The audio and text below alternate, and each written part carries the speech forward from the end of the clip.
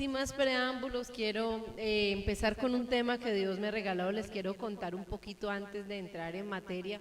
Ese tema el Señor me lo regaló hace algún tiempo atrás, hace varias semanas, y tenía una lucha interna con Él porque yo decía, Señor, pero este no es un tema como para tiempo de pandemia, o no es un tema como para este tiempo, y en otras ocasiones siempre busqué otro tema que fue los que les di en otras ocasiones, pero pues luchar contra Dios, hermanos, es algo imposible, y si Dios pone algo así como tan insistente, pues sencillamente hay que obedecer. Espero usted reciba esta palabra en su corazón. Dios la puso muy fuerte en mí, y en medio de todo, pues yo sé que el Señor hablará a cada una de nuestras vidas hoy. El tema lo he titulado Crónicas de una muerte anunciada. Crónicas de una muerte anunciada. Y resulta, no sé cuántos saben que este es el nombre de un libro, ¿no? Estoy aquí tomando los derechos de autor de un libro que escribió Gabriel García Márquez hace muchos años, una de sus obras más famosas o también más conocidas.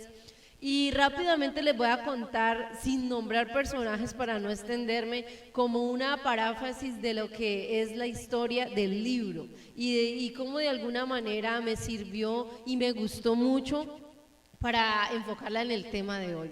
Crónicas de una muerte anunciada habla de una historia que se desarrolló, según esto, en la vida real, algo que pasó en la vida real, en un pueblo muy pequeño de Colombia, en un pequeño pueblo donde, como en los pequeños pueblos que existen, todo mundo sabe lo que pasa a todo mundo, valga la redundancia, donde la gente se entera de lo que le pasa a la familia del lado del frente, porque son pueblos muy pequeños, es como si todos fueran una sola familia. Resulta que en este pueblo hubo un matrimonio, se casó una joven con su prometido y todo el pueblo fue invitado a esta boda, fue una gran boda y todos estuvieron pues allí celebrando y todo, pero la fiesta y el regocijo duró realmente muy poco, debido a que cuando ya estaban en su noche de bodas, el esposo, que se había acabado de contraer nupcias, se enteró de que su esposa no era virgen.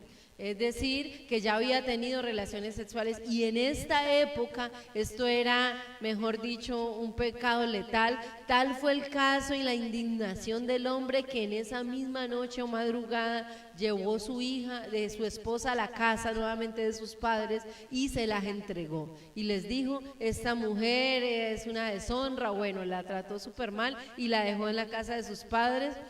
Y pues terriblemente sus papás la castigaron fuertemente, preguntándole que qué había pasado, que cómo así, y ella en medio de, pues, de todo su azar, de toda su acusación y todo, pues terminó confesando que ella en algún momento había estado con el lechero del pueblo.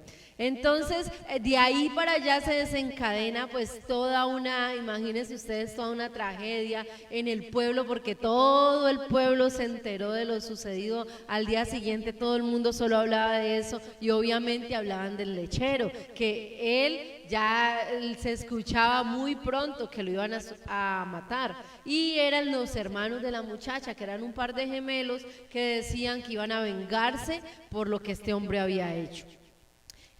Para no alargar la historia, finalmente, por más que a este hombre le dijeron que lo estaban buscando, él no dijo, no, no es para tanto, yo no creo que llegue a tanto, y un día estos hermanos de la muchacha lo encontraron y lo apuñalearon y lo mataron.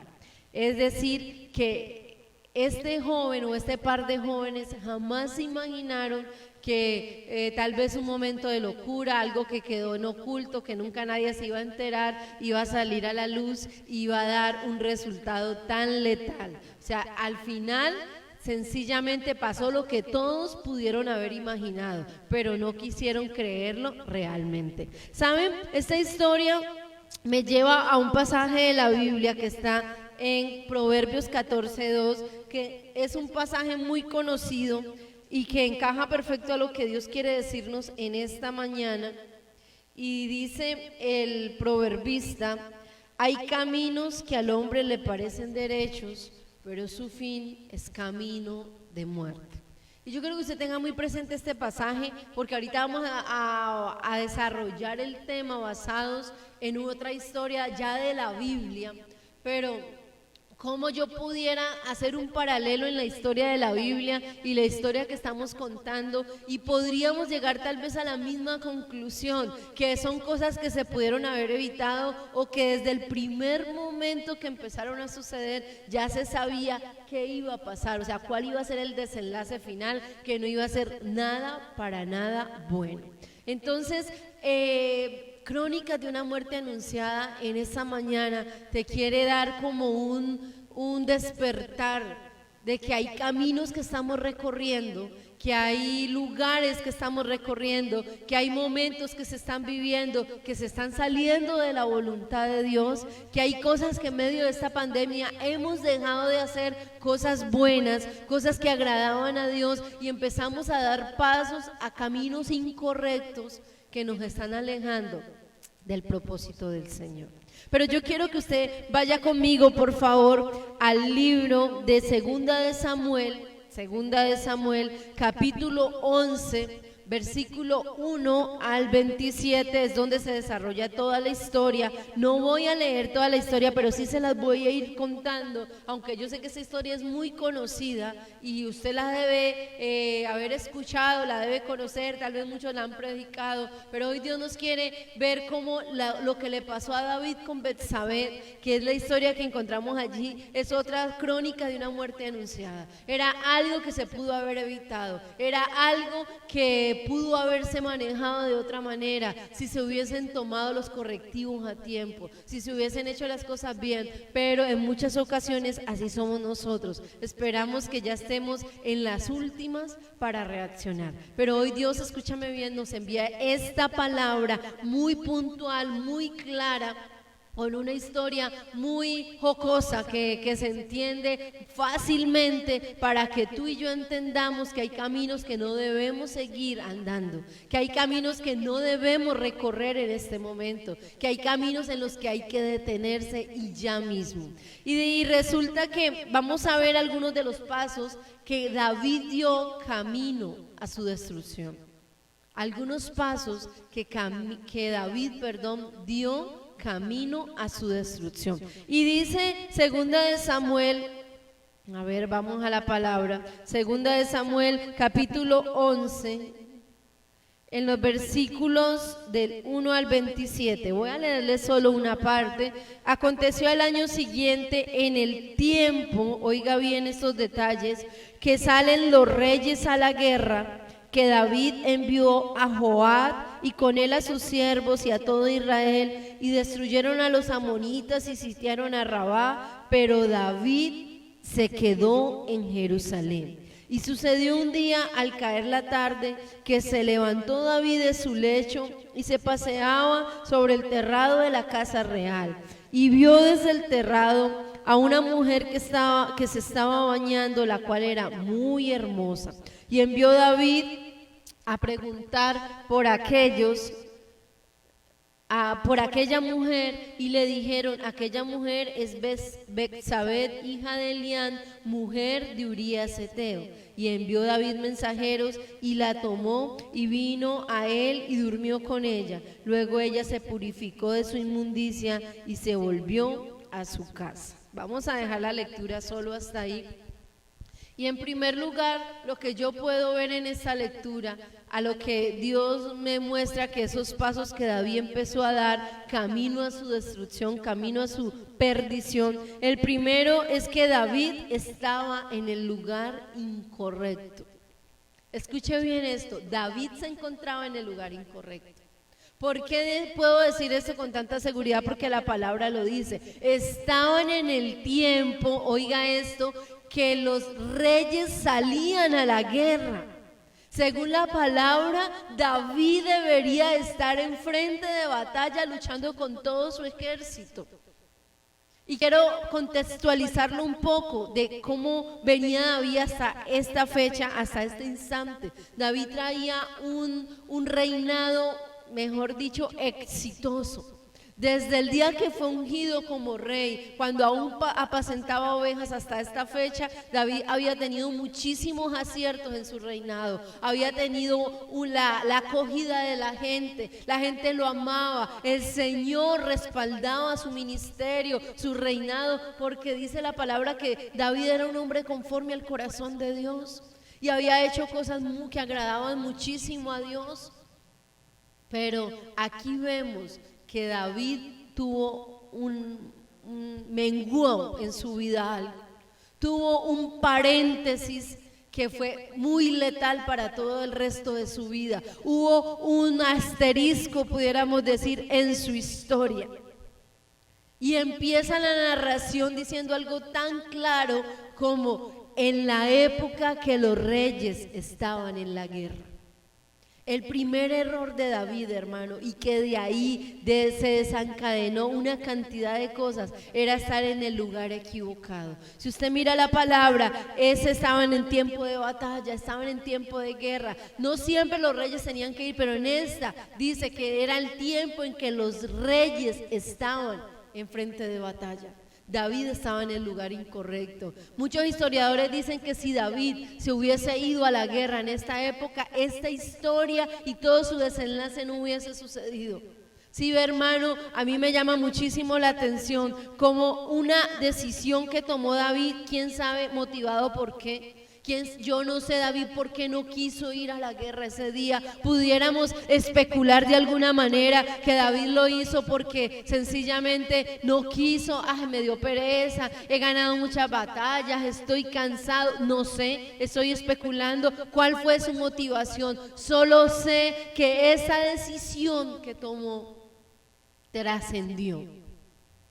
Yo no sé si tú te encuentras en el lugar correcto, pero David no estaba en el lugar donde debía estar en ese momento. No estaba en el lugar donde Dios lo había puesto para ese tiempo. Y eso le trajo graves consecuencias. Porque saben, hay pequeñas decisiones, escuche bien esto, que pueden afectar tu vida para siempre. Yo creo que David jamás pensó que el hecho de que, yo no quiero ir a esta guerra, no quiero ir, voy a dejar que el ejército vaya solo, voy a dedicarme a otros asuntos. Sencillamente estaba en el lugar incorrecto, hermano. Y ese fue un error letal, llamaría yo, de David.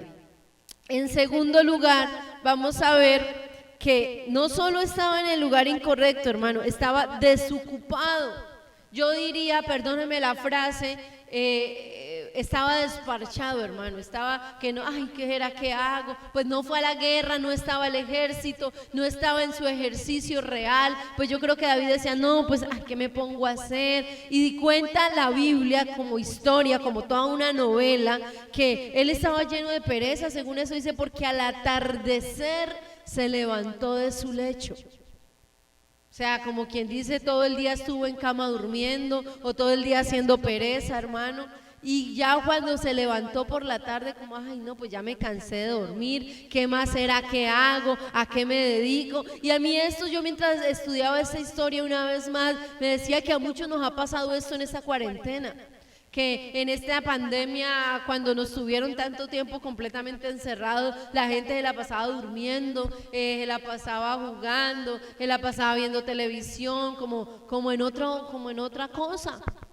Y es entendible hasta cierto punto porque ninguno nos había tocado vivir esto antes. Pero cuando uno no le pone un control a este tipo de cosas, el enemigo se aprovecha, hermano. Yo no sé si usted ha escuchado una frase que dice que una mente en blanco desocupada es un laboratorio para Satanás. Claro, cuando usted no está ocupado, cuando usted no tiene su mente, su vida ocupada, cuando usted no está como en razón de algo, cuando usted no está allí como teniendo función, bueno, después de eso tengo que hacer esto, no, sino como, todo el día ahí desparchado, desocupado, pues veámonos toda la serie de novelas del día, veámonos, miremos todo lo que publiquemos memes, una cosa, la otra, hermano, y nos la pasamos todo el día, perdónenme esta expresión, desparchados, desocupados, sin invertir nuestro tiempo en cosas valiosas. En esos días alguien decía que si esta pandemia a nosotros no nos llevó a disciplinarnos, no cambió algo en nuestro interior, hermano, tal vez nunca nada lo haga. Esta había sido la oportunidad perfecta para que usted y yo leyéramos los libros que nunca hemos leído. Esta era la oportunidad perfecta para que usted y yo profundizáramos en la Biblia. Esta era la oportunidad perfecta para meternos más con Dios, a orar, a buscar al Señor. Hermano, había más tiempo, pero no fue así. Igual que David, muchos andábamos como relajados, en medio del estrés, en medio del temor, en medio de todo lo que pasaba. La gente estaba como, ay, no sé qué hacer, y mucho desocupe, mucho tiempo libre, y no lo aprovechamos. Y entonces dice la historia que David entonces se levantó aperezado, hermano. Yo me imagino a David estirándose, ay, ¿ahora qué hago? ¿Cómo les estará yendo en la guerra? O sea, completamente desubicado, hermano. Y fue tal su desocupe que dice que se fue a pasear por el terrado, como, pues vamos a ver cómo está el reino, qué observo desde acá. Y Satanás aprovechó, hermano. Él vio una mente desocupada, una vida completamente desubicada. Este es mi carnada perfecta. Y ahí fue donde empezó a desencadenarse, que él vio a Betsabé bañándose a lo lejos. No sabemos qué tan lejos, no sabemos en esa época cómo era que se bañaban exactamente para que él la hubiese podido ver así con tanta facilidad. El hecho es que Satanás aprovechó, hermano, para destruirlo.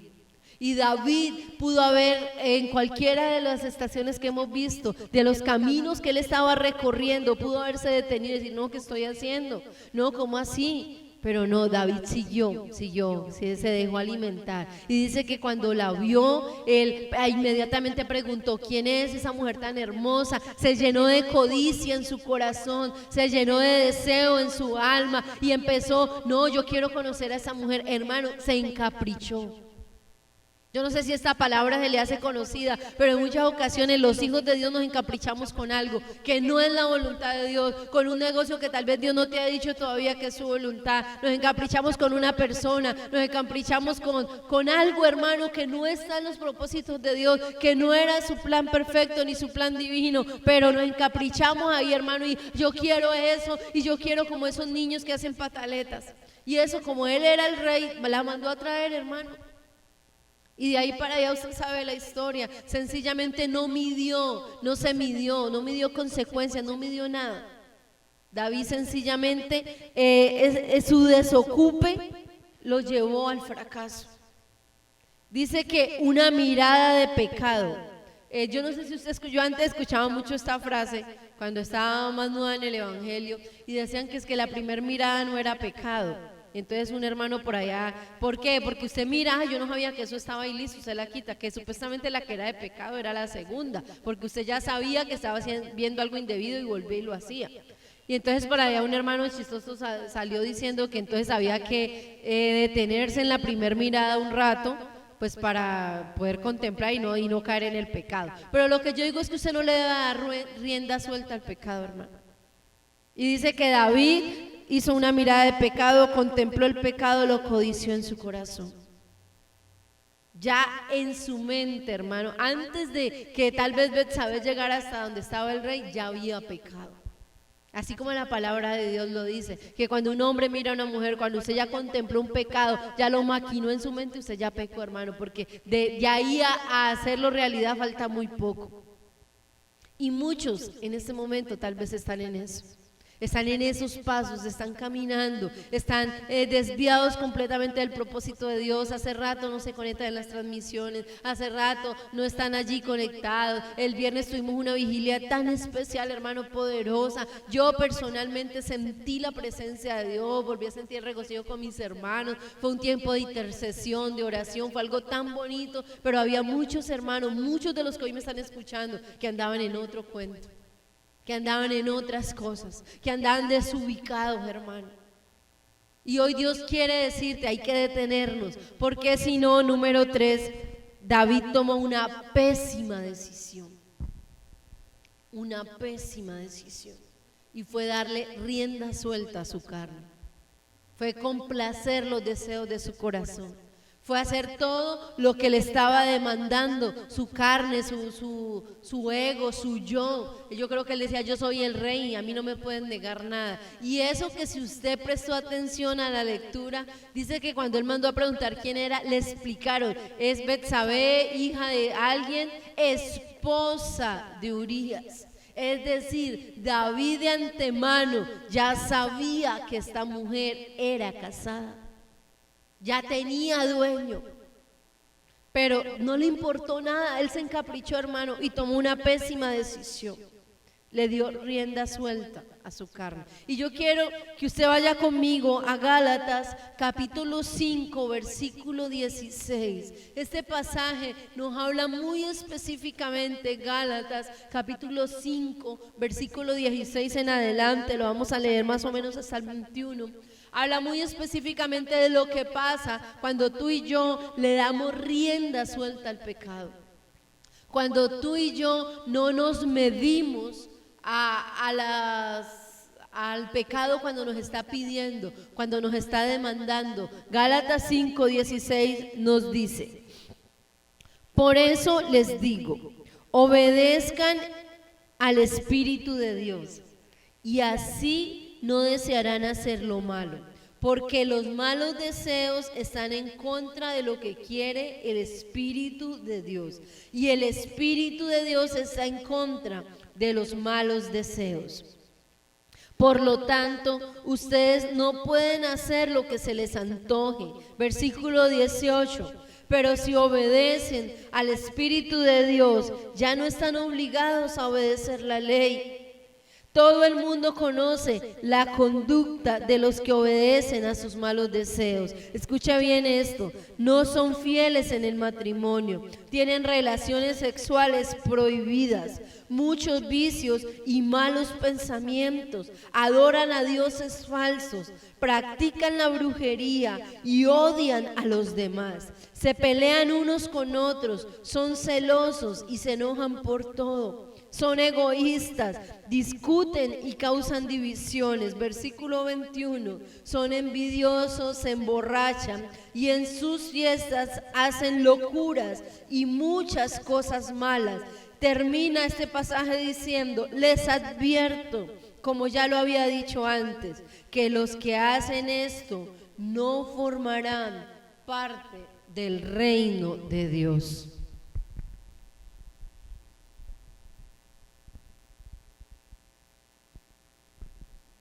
De verdad que este pasaje muestra perfectamente lo que le estaba pasando a David.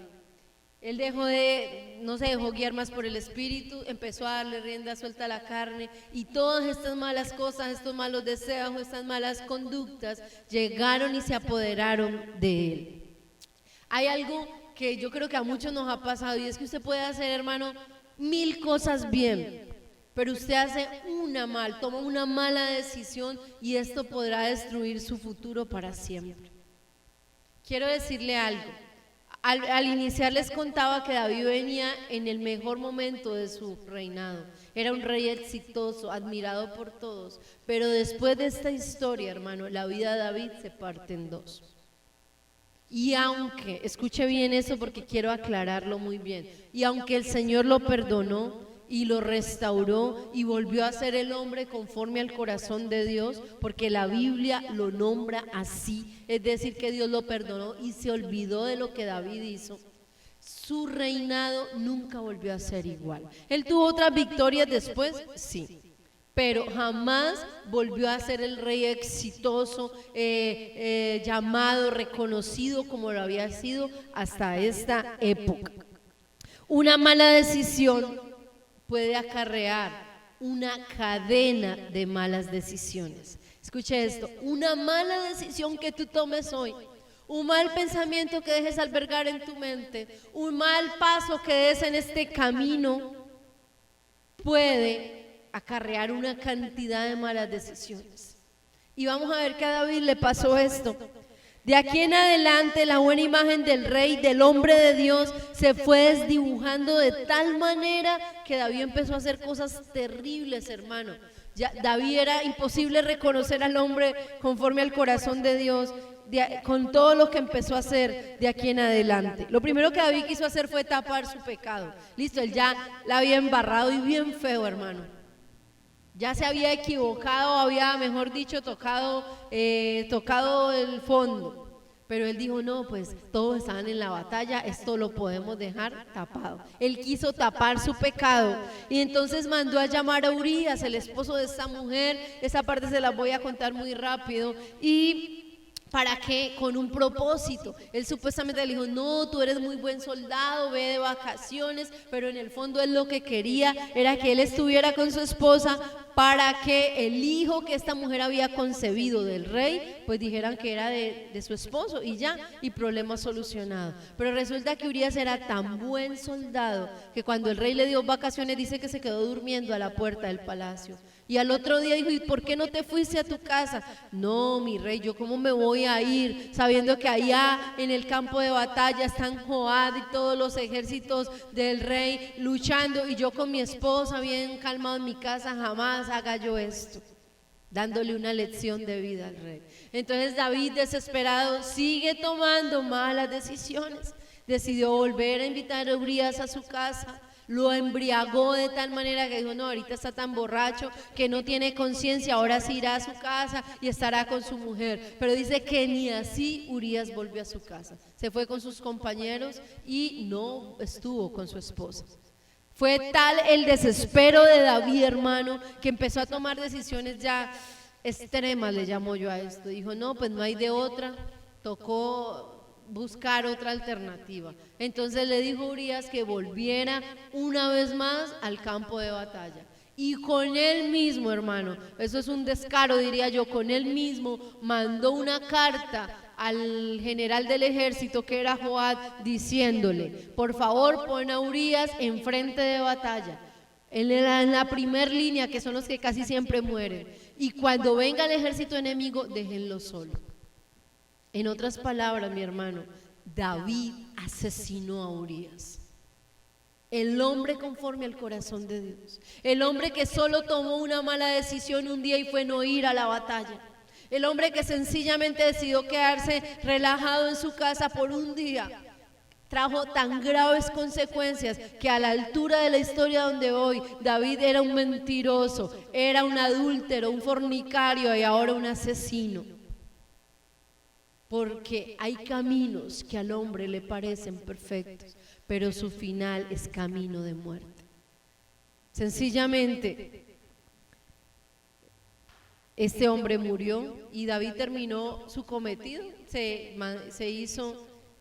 mandó a llamar a Betsabé y la hizo su mujer. Legalmente ya era una viuda y no había problema. Y David creyó que todo había quedado ahí. Pero hay dos cosas que quiero decirte para ir terminando. La primera está en el versículo 27 y este versículo quiero que lo leamos. Segunda de Samuel 11:27, en la parte, bueno, leámoslo todo. 11:27 nos dice, y pasado el luto, envió David y trajo a su casa, y fue ella su mujer, y le dio a luz un hijo, mas esto que David había hecho fue desagradable ante los ojos de Jehová. Esto, hermano, marcó, esta frase en la que termina esta historia, marca la diferencia y hace un alto diciendo, o sea, él era el hombre conforme al corazón de Dios, pero esto que había hecho desagradó a Dios. Y hoy te pregunto, ¿cuántas de las cosas que estás haciendo, que hemos estado haciendo, desagradan al Señor? ¿Cuántas de las decisiones que tú tomas cada que te levantas, cada que te diriges al trabajo, cada que empiezas un nuevo día, cada que tomas el celular a ver cosas que sabes que no agradan al Señor, cada que empiezas a tomar decisiones fuera de la voluntad de Dios, te pones a pensar, ¿será que esto agrada o desagrada a mi Señor? David pensó, aquí quedó todo, ya esto quedó tapado, ya nadie se dio cuenta, aunque muchos sabían era el rey, nadie podía acusarlo. Pero hermano, no me voy a detener, pero de la historia, si no la ha leído o si quiere profundizarla, siga leyendo el capítulo 12. Tiempo después, Dios le revela todo al profeta Natán, él va y lo confronta. Y con esto es el último punto, y es que hemos de asumir las consecuencias de nuestros errores.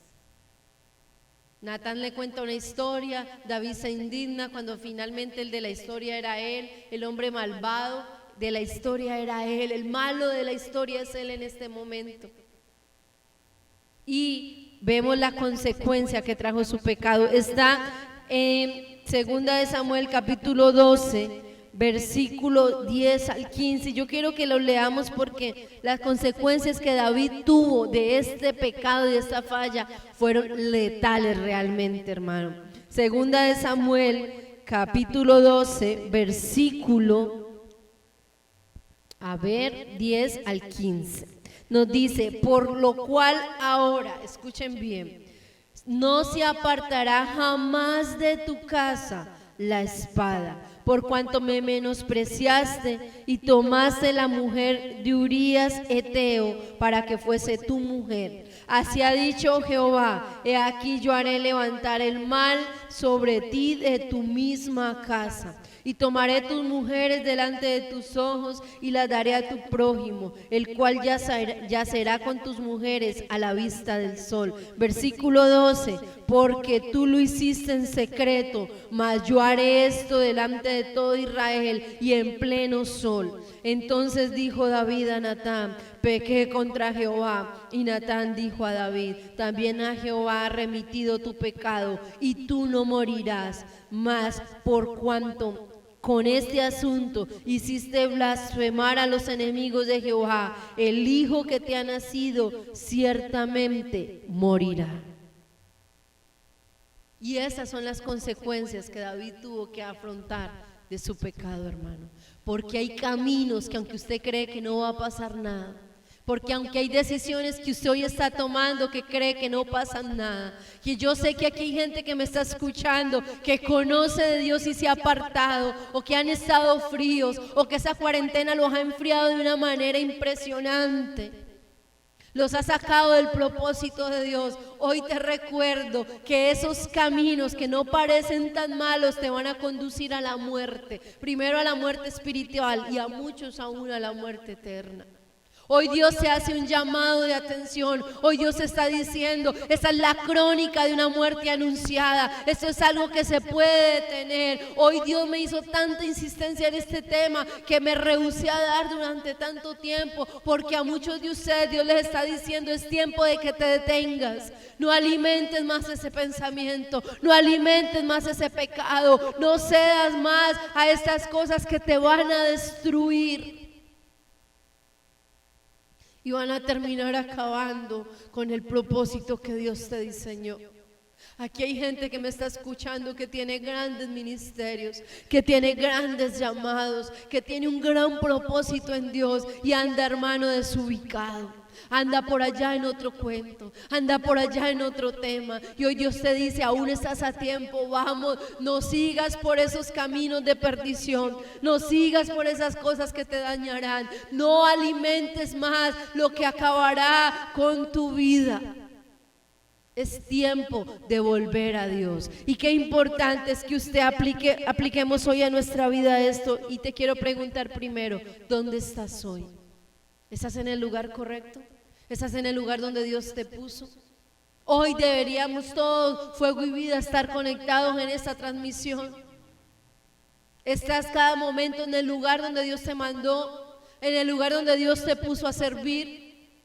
¿O dónde estás hoy? Porque recuerda que el primer gran error de David era estar en el lugar equivocado. Segundo lugar, ¿qué estás haciendo con tu tiempo? ¿En qué estás invirtiendo tu vida? ¿En qué estás invirtiendo todo? No es hora de estar desubicados, desparchados. No es hora de estar por ahí, hermano, mirando a ver qué pasa. No, porque Satanás va a aprovechar, hermano. Satanás te va a destruir. Y yo siempre les digo a los muchachos: muchachos, no le den papaya a Satanás, porque Satanás los va a acabar. Porque Él no va a tener compasión de ustedes, porque el día que usted le dé papaya, Él lo va a destruir. Y eso fue lo que David hizo. Perdóneme la frase tan coloquial, pero David le dio papaya a Satanás y él lo acabó, hermano. Acabó su reinado, su buena imagen, acabó su bendición. Y esa consecuencia que David tuvo que afrontar fue muy fuerte. También te pregunto, ¿qué tanta rienda suelta le estás dando a tu carne?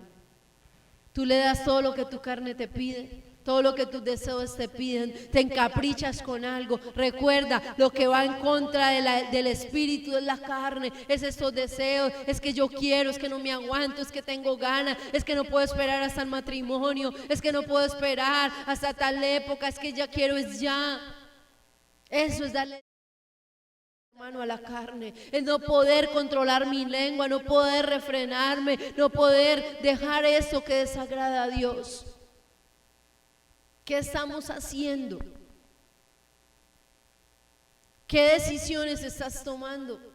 ¿Será que cada decisión que tú tomas está en las manos de Dios y tú se las estás entregando al Señor, o estás tomando decisiones deliberadamente? Si usted ha estudiado un poquito la historia de David, a mí me llama mucho la atención esto, que casi siempre que él iba a ir a la batalla le preguntaba: Señor, tenemos que ir, Señor, hacemos esto. Siempre consultaba al Dios, pero el día que decidió quedarse en su casa durmiendo, no consultó al Señor.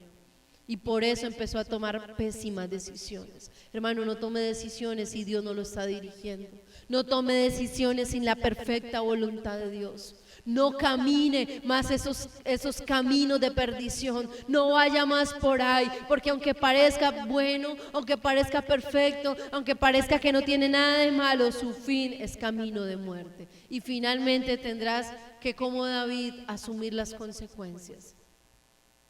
Y dice que de la casa de David su reino se fue a pique de tal manera que su propia familia se levantó en guerra contra él. Su propio hijo Absalón se rebeló contra él, formó otro ejército en contra del reinado de su padre. Un hermano violó a una hermana y este mató a otro hermano. La familia de David se descontroló completamente por una mala decisión que este tomó.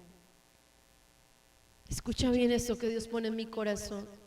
Las decisiones que estás tomando hoy, sean buenas, ojalá que sí, o sean malas, van a acarrear consecuencias sobre tu familia, sobre tus hijos, sobre tus generaciones. Y ojalá tú y yo seamos los que estamos dejando un buen legado a nuestros hijos y a nuestras generaciones. Por eso cada que vayas a tomar una decisión en tu carne, en tus emociones, en tus deseos, no pienses solo en ti, piensa en todos los que vienen atrás de ti, piensa en tus discípulos, piensa en tu familia, piensa en tus hijos, porque Dios hará conforme a lo que decidamos. Yo quiero que ahí donde estás tú cierres tus ojos y quiero que ores conmigo. Sé que esta palabra ha sido un poco fuerte, pero hoy Dios lo que quiere es que te detengas.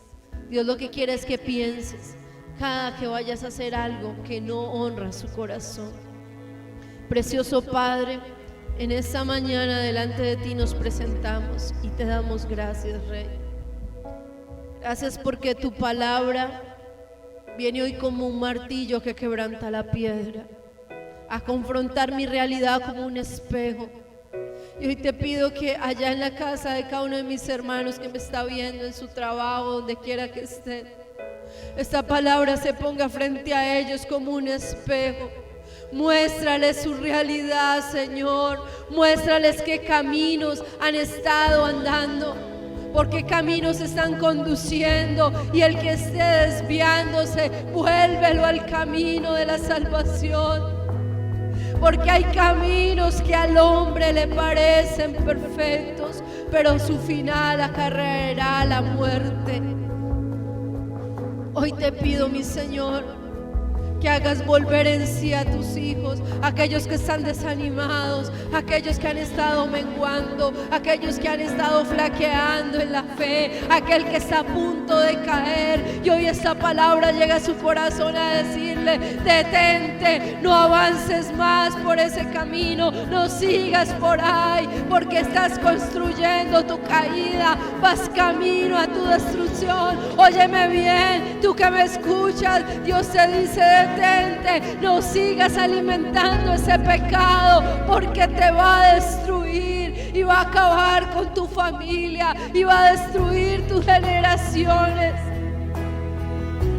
Hoy Dios te dice: no sigas caminando lejos de mi voluntad, no sigas alimentando los deseos de tu carne, no sigas desviándote de tu propósito. Tú eres un llamado, tú eres un elegido, yo te escogí para cosas grandes. Solo déjame guiarte, solo deja que yo te dirija. Dios tiene lo mejor para cada uno de nosotros. En Él sus promesas son sí, amén. Acógete una vez más a sus brazos, acógete a su voluntad y verás la gloria de Dios sobre tu vida. Yo clamo hoy por tu pueblo, Señor, por todos los que escuchan en este momento, por los que escucharán esta palabra después, para que esa palabra llegue hasta lo más profundo de su interior, hasta los tuétanos, y redarguya y traiga, Señor, a memoria tus promesas, y nos salga, Señor, nos haga encaminarnos una vez más en tu perfecto camino y en tu perfecta voluntad, Señor. Mi Dios precioso, a ti damos la gloria, a ti damos la honra, y creemos que tu Santo Espíritu sellará esta palabra conforme a tu perfecta voluntad. Mi Dios amado, te doy gracias y te bendigo en esta mañana, en el nombre de Jesús. Amén.